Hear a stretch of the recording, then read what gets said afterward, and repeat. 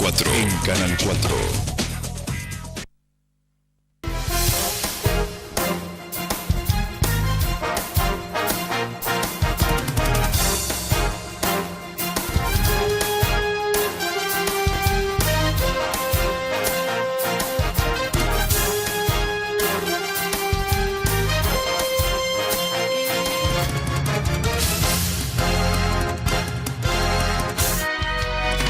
¿Qué tal? Muy buenas tardes, bienvenidos a un nuevo programa de Noticias de la Semana.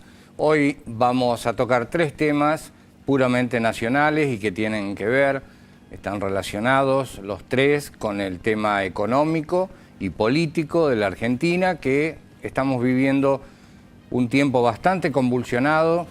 Vamos a tratar de analizar los puntos fundamentales de lo que ha ocurrido esta semana. Vamos a la presentación. La renuncia de Luis Caputo a la presidencia del Banco Central marca el comienzo de un nuevo ciclo en la entidad madre de nuestra economía.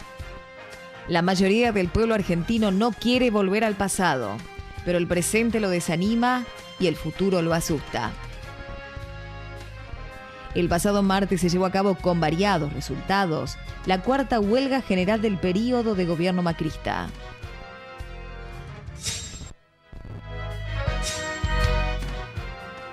El reemplazante de Luis Caputo será Guido Santleris, número 2 del ministro de Economía, Nicolás Dujovne. Bueno, como veíamos recién en la presentación, hubo cambios dentro del Banco Central, específicamente de su director. Ya no es más Caputo, sino Santleris. Santleris es la mano derecha de Dujovne, del ministro de Economía. Y a pesar de que siempre se fue negando, hubo, mejor dicho, una puja interna entre lo que era economía y lo que era el Banco Central en cuanto al manejo de cómo frenar el dólar o cómo tratar de que el dólar se estacionara dentro de unos parámetros que le sirvieran al gobierno. Con respecto a esto, quiero que hagamos juntos un análisis porque escuchamos mucho hablar de todos estos temas y no sabemos en realidad o no sabemos definir así rápidamente qué es una cosa, qué es la otra, cuál es un ministerio, qué poderes tiene el Banco Central. En realidad, el Banco Central es autónomo, no tendría que tener vinculación directa en el hecho de que las decisiones que tome sean porque el presidente del Ejecutivo, o sea, en este caso Macri, le haya dicho tal o cual cosa, o el ministro de Economía le haya dicho tal o cual otra. Esa es la teoría. Lo que el Banco Central tiene que cuidar es el valor de la moneda, de nuestra moneda, y a su vez relacionarla con las otras monedas que tienen valor en el mundo, fundamentalmente con el dólar, lógicamente, que es lo que marca en forma económica. Los mercados del mundo se manejan en dólares, por más que haya monedas como la libra esterlina, como el yen, bueno, varias monedas en el mundo que tienen un alto valor, pero los parámetros de que se dan en el mundo de los negocios sigue siendo el dólar. Entonces es importante que la función del Banco Central, para la cual fue creado en forma autárquica, o sea que las decisiones dependen pura y exclusivamente de su director y su directorio, porque no es solamente un director, que en este caso es Guido Santleris, el nuevo director.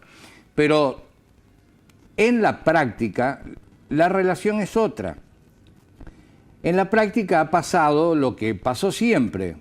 Aquellos que ya peinamos canas nos acordamos de muchos gobiernos anteriores, del signo que fuese, cuando faltaba dinero para mantener el Estado, el funcionamiento del Estado, los recursos no eran tantos, eran o fabricar más plata, como le decimos comúnmente, darle a la maquinita, o sea, emitir dinero argentino, lo cual generaba que hubiera un volumen de pesos dando vuelta en el mercado que teníamos cada uno en nuestros bolsillos, determinado volumen. Pasando un determinado volumen se genera un exceso de consumo que hace que haya inflación. ¿Por qué? Porque a mayor demanda, si uno tiene mucho dinero en la calle, el gobierno tiene mucho dinero en la calle, el Banco Central tiene mucho dinero puesto en la calle, ese dinero está circulando. ¿Y a qué se puede ir? Al consumo. Entonces, ante mayor demanda, los productos levantan los precios. A menor demanda, que es lo que está pasando ahora, empiezan todas las promociones, bueno, toda esa historia que ya la conocemos porque la vivimos diariamente. De todas maneras, este impacto inflacionario fue tan alto que así no haya consumo, los precios subieron lo mismo porque era imposible de mantenerlos. Pero dentro de una economía medianamente estabilizada, un poquito de inflación no hace mal a la economía del país porque la reactiva. Pero todo tiene un techo, un parámetro, hasta ahí se puede llegar. Les decía, una es darle a la maquinita, imprimir billetes argentinos y que se llene el mercado, lo cual puede llevar a la inflación. La otra, ante la falta de dinero, que es, les decía recién, lo que peinamos algunas canas, se buscaba el dinero de los jubilados, lo que hoy la ANSES. Se retiraban fondos de ahí a devolverlos, se firmaba un papelito, se dejaba en una caja de lo que hoy es la ANSES y decía, el gobierno te debe 10 pesos, que nunca más los devolvía. O los devolvía cuando los 10 pesos, si con 10 pesos podía comprar esta copa, cuando me lo devolvía el gobierno, la caja de jubilado podía comprar ni el agua que está dentro. Ese era otro mecanismo, o sea, sacar de la caja de jubilaciones, que era la clásica, o emitir, o tomar deuda afuera. La deuda afuera del país, se puede tomar con privados, que serían bancos, o en este caso con el Fondo Monetario Internacional. Todos siempre se han resistido a tomar deuda externa, porque la deuda externa es en dólar. Los dólares no los fabricamos nosotros, no tenemos la posibilidad de generar dólares que no sea por medio de la exportación, no podemos imprimir dólares. Entonces, hoy, un dólar cuesta al día de hoy 41 pesos con 50. Cuando tengamos que devolver lo que hoy nos prestó el Fondo Monetario Internacional en esta semana y que van a entrar al país en los próximos días, no sabemos cuántos pesos vamos a tener que fabricar, crear, dentro de lo que se le llama el Producto Bruto Interno, lo que generamos los argentinos con nuestro trabajo, para cubrir esa deuda. Hoy era necesario, de acuerdo a lo que pinta el gobierno. ¿Por qué? Porque no había otra salida. O era seguir emitiendo, cosa que hacía el gobierno anterior, el gobierno kirchnerista, cuando se le terminó el viento de cola de la soja a $600 y el mundo pidiendo por favor que le exportáramos soja y que a nosotros nos sobraba. Cuando se terminó esa etapa, otros países empezaron a producir mucha soja, se autoabastecieron, ya no compraban tanto la Argentina. Bueno, ¿qué quedó? Y hacer plata, darle a la maquinita. Eso genera inflación, genera desestabiliza todo el sistema, porque como todas las cosas tiene su límite. Si uno en nuestros hogares podemos tomar deuda, siempre y cuando esté acorde a lo que ganamos. Si ganamos 10 pesos y nos endeudamos por 1.000, y nunca vamos a salir, que es lo que le está pasando al gobierno.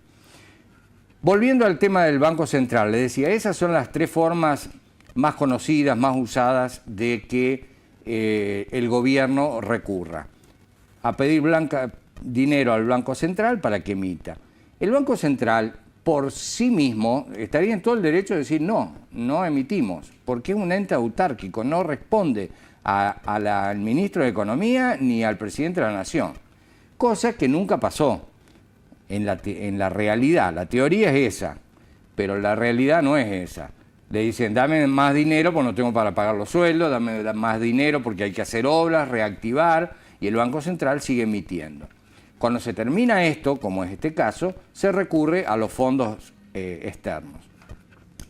¿Qué nos pasa ahora? Bueno, ese es el movimiento para el cual fue creado el Banco Central de todos los países, es defender el valor de la moneda. Lo menos que ha hecho dentro de este gobierno el Banco Central ha sido defender el valor de la moneda. Nuestra moneda es, como decimos vulgarmente, papel pintado, porque lo que hacemos hoy con 500 pesos, dentro de 15 días no sabemos qué vamos a hacer.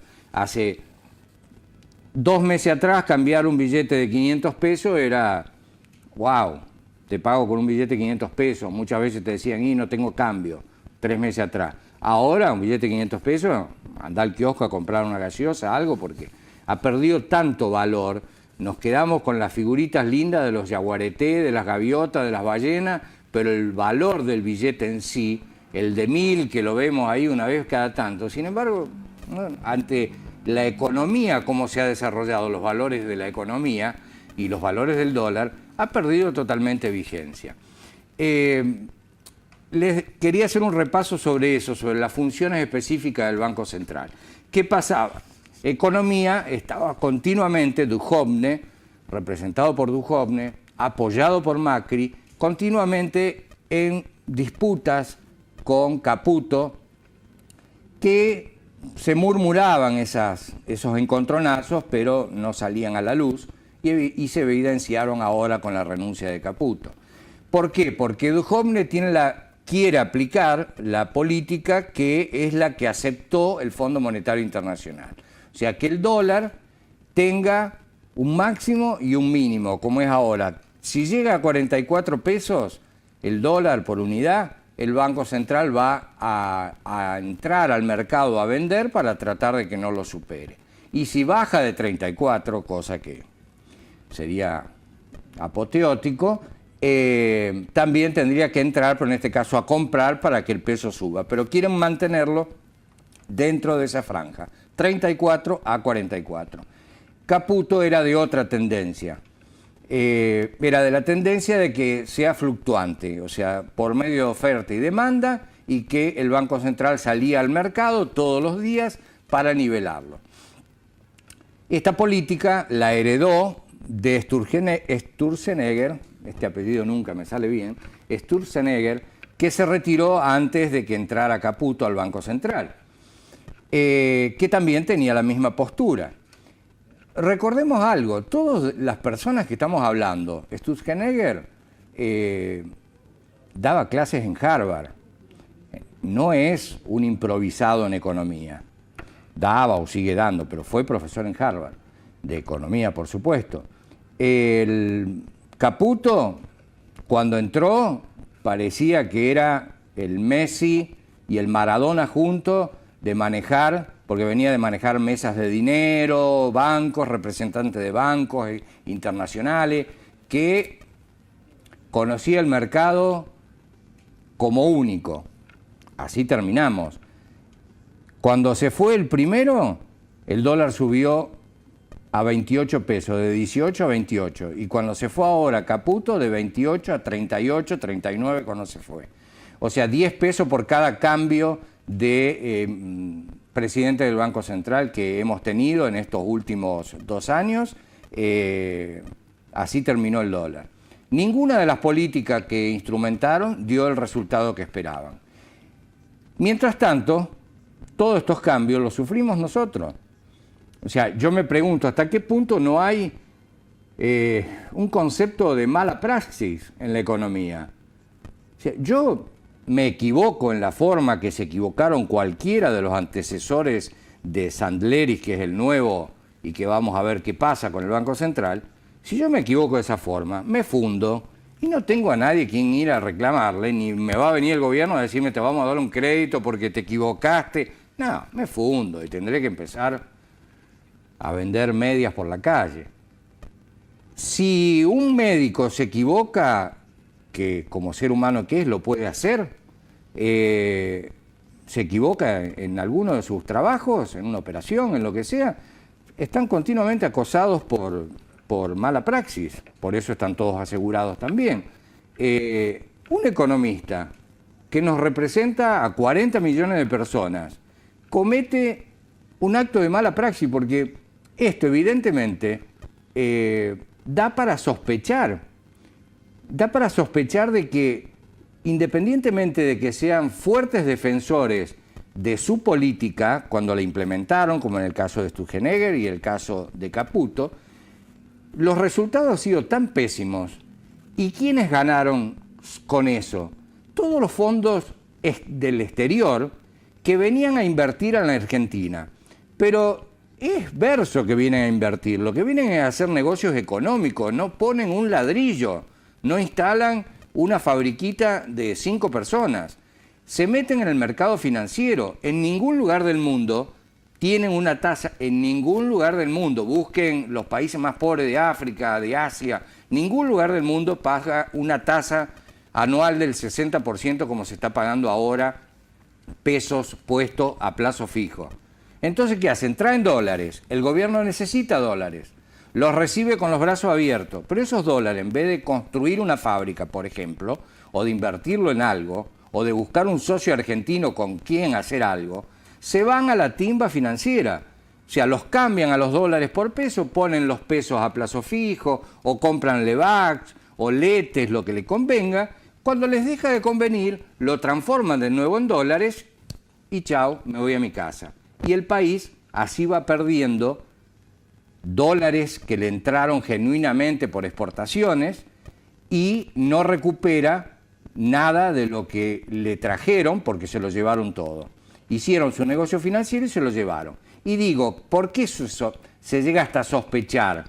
Porque tanto Sturzenegger como Caputo, Caputo es partícipe del banco JP Morgan en la Argentina, o sea, fue representante antes de entrar al gobierno, después tuvo que renunciar, posiblemente ahora lo vaya a hacer de nuevo, del banco JP Morgan. ¿Quién es el banco JP Morgan? Uno de nuestros principales acreedores financieramente que nos prestan los dólares, que son los más beneficiados en estos casos. Entonces, vale la pena preguntarse, decir, el presidente dijo, yo creo sinceramente que a lo mejor es un pensamiento de ilusión, pero no creo que el presidente Macri quiera que las cosas le vayan mal. Él quiere que vaya todo bien y quedar algún día en el bronce, de decir, salvó al país, lo llevó adelante, nos conectó con el mundo y todo lo demás.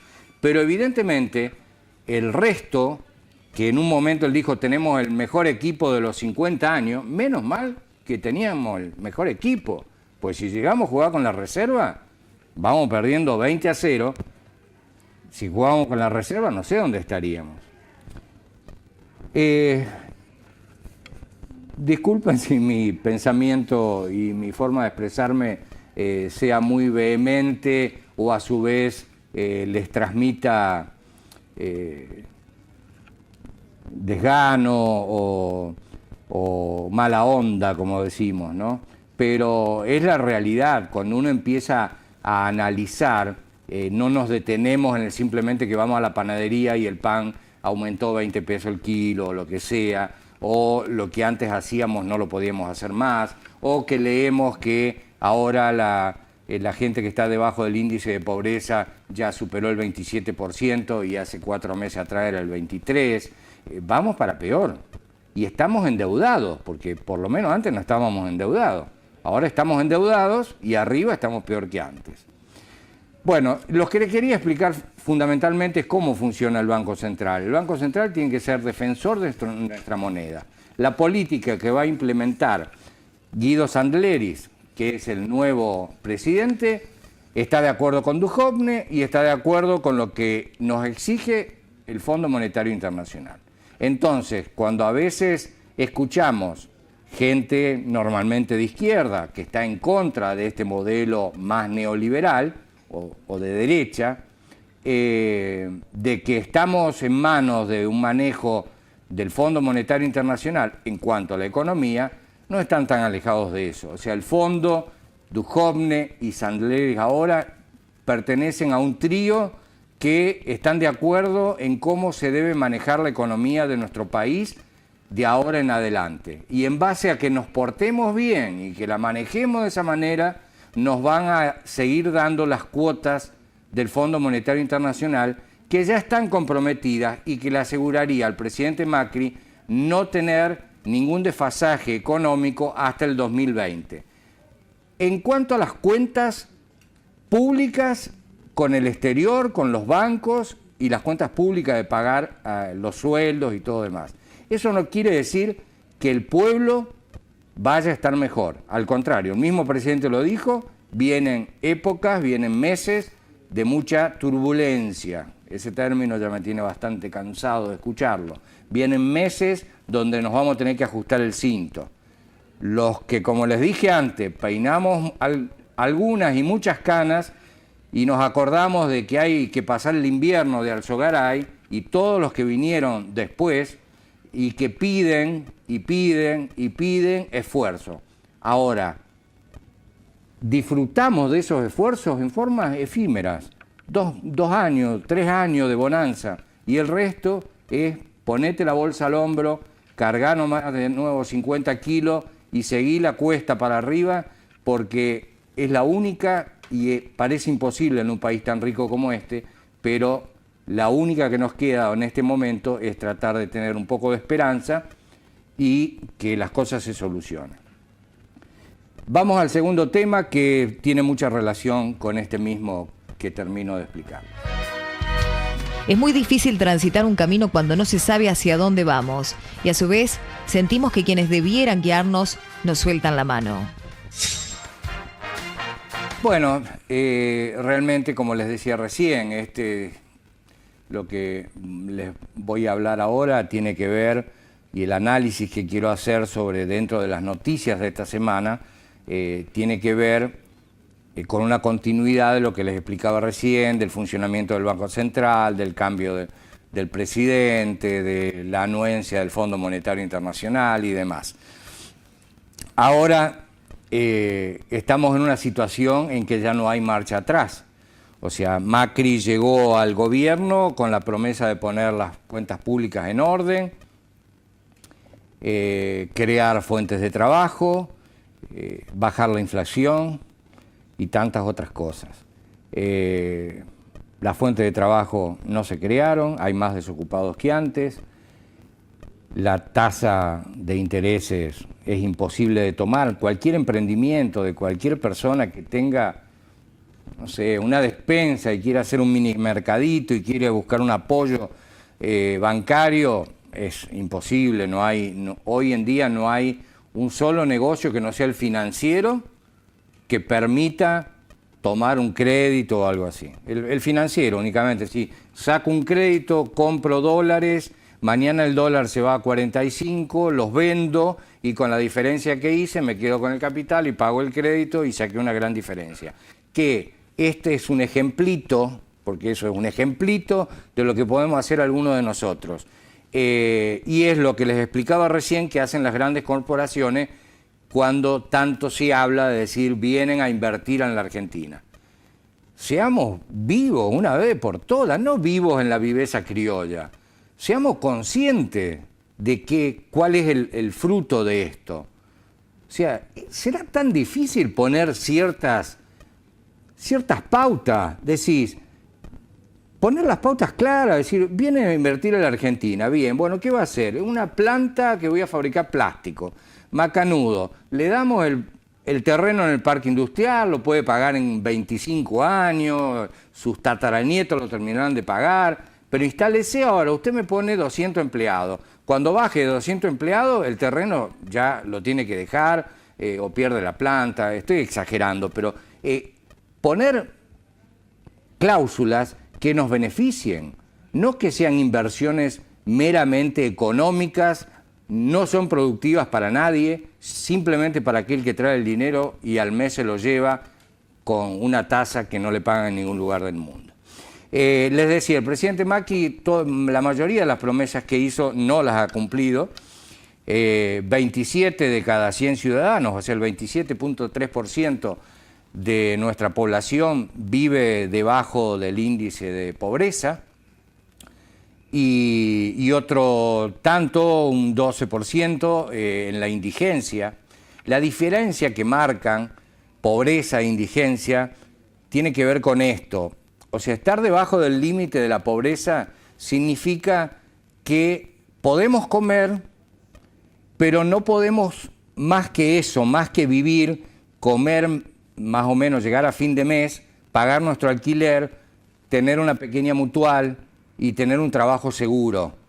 Bueno, el 27% ya no tiene nada de eso, pero olvidémonos de comprar ropa para los chicos, un par de zapatillas, de darnos el lujo de un viaje, que ya pasó a ser un lujo, un viaje, aunque sea decir 3 días a las sierras. Ese es el índice de pobreza, o sea, vivimos, no tenemos para ahorrar un peso, ni tenemos para darnos algo que están contemplados dentro de los derechos humanos, el derecho al esparcimiento, al ir al cine, a ir a un parque temático, lo que sea. Ya no se llega a eso. Y el índice de indigencia es cuando ya no nos alcanza para comer. O sea, esa gente que ya no llega, está a mate cocido y a pan a mediodía y a la noche. Esos dos índices han aumentado. Y han aumentado fuertemente. Entonces, ya lo tuvimos, ¿no? Anteriormente también, no es mal únicamente de este gobierno, ya lo hemos tenido. Incluso en el gobierno kirchnerista superaba el 27% los límites de pobreza. ¿Qué queda de ahora para adelante? Uno puede pensar, recién cuando les decía darnos el gustito de ir 3 días a la sierra, cuando uno llega en los fines de semana largos, leemos la sierra completa, 95% de ocupación, Mar del Plata desborda, pero seamos conscientes de una cosa, hagamos el análisis, no nos dejemos llevar por los títulos, porque los títulos depende de lo que leamos, en Mar del Plata no hay nadie, o está que se caen todos al mar porque no tienen lugar donde pisar. Hagamos análisis, seamos conscientes, busquemos, no protestemos simplemente, analicemos las cosas y leamos distintos medios, escuchemos distintos medios. Esos lugares se llenan con, no sé exactamente, les voy a decir una cifra y que tiro así por decir, pero a lo mejor se llenan con 50.000 personas en un país de 42 millones de habitantes. Están llenas la sierra, 50.000 personas a la sierra las llenan toda la hotelería. Entonces nos decimos, mirá como que todos chillan, protestan de que no les alcanza para comer y se van a la sierra y se van a Mar del Plata y se van al norte. Se van aquellos que pueden, que tienen un poder adquisitivo más alto, que los hay, pero que no es la famosa clase media que caracterizó a la Argentina. Les decía, ¿qué nos queda ahora? Hemos tocado fondo. Siempre se dice de que después de tocar fondo no queda nada más que subir. Bueno, veamos con todos estos cambios que se han hecho, que no han sido tantos, pero que cada vez reducen más el poder de fuego que tiene el gobierno, porque está en 3 o 4 personas, con su grupito, por supuesto, de ayudantes. Pero ya no es una mesa, cosa que se le criticó siempre al kirchnerismo. No es una mesa de 20 ministros que discuten y que sacan lo mejor de lo que puede dar cada uno. Acá es Macri, en este caso Duhovne como ministro de Economía, Sandleri ahora en el Banco Central, y 2 o 3 más que lo apoyan. Cada vez se ha centralizado más. Y por supuesto el Fondo Monetario Internacional de arriba que nos dice, muchachos, este es el camino. Si quieren que los ayudemos, síganlo adelante. Si no lo seguimos, no nos dan las remesas de dólares que tienen que entrar. Y si no nos dan las remesas de dólares que tienen que entrar, no podemos honrar nuestras deudas con la banca privada o con el mismo Fondo Monetario. Y entonces entramos en default. Volvemos al 2001. Esperemos que no. Los 2 comentarios que he hecho son bastante tristes, pero es la realidad de lo que se vive hoy en día si la analizamos fríamente. Me queda apenas 1 minuto, pero no quiero dejar de tocar el último tema de hoy, y que tiene que ver con la huelga general que llevó a cabo la CGT, la Confederación General de Trabajo, en el día martes pasado. En esto tiene que ver también lo que les decía recién. Ahí estamos viendo imágenes, ¿no? Veíamos recién imágenes de manifestantes por las calles de Buenos Aires. Y Buenos Aires realmente estaba desierto. Pero ¿qué pasa? En Buenos Aires, si paran los trenes, paran los colectivos, para el ferrocarril, nadie puede ir a trabajar. Hay gente que toma un tren y 2 colectivos, o 2 trenes y un colectivo para llegar al trabajo. Ustedes habrán notado, en nuestra ciudad prácticamente no se sintió el paro. Hasta en los gremios más fuertes no se sintió el paro.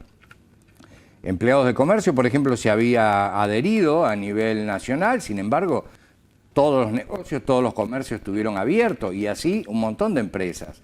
¿Por qué? Porque en las ciudades chicas los paros repercuten de distinta manera y hay mucha gente que tiene deseos de trabajar y ganas de trabajar y reconoce que los paros, como se hacían 30, 40 años atrás, ya no dan ningún resultado.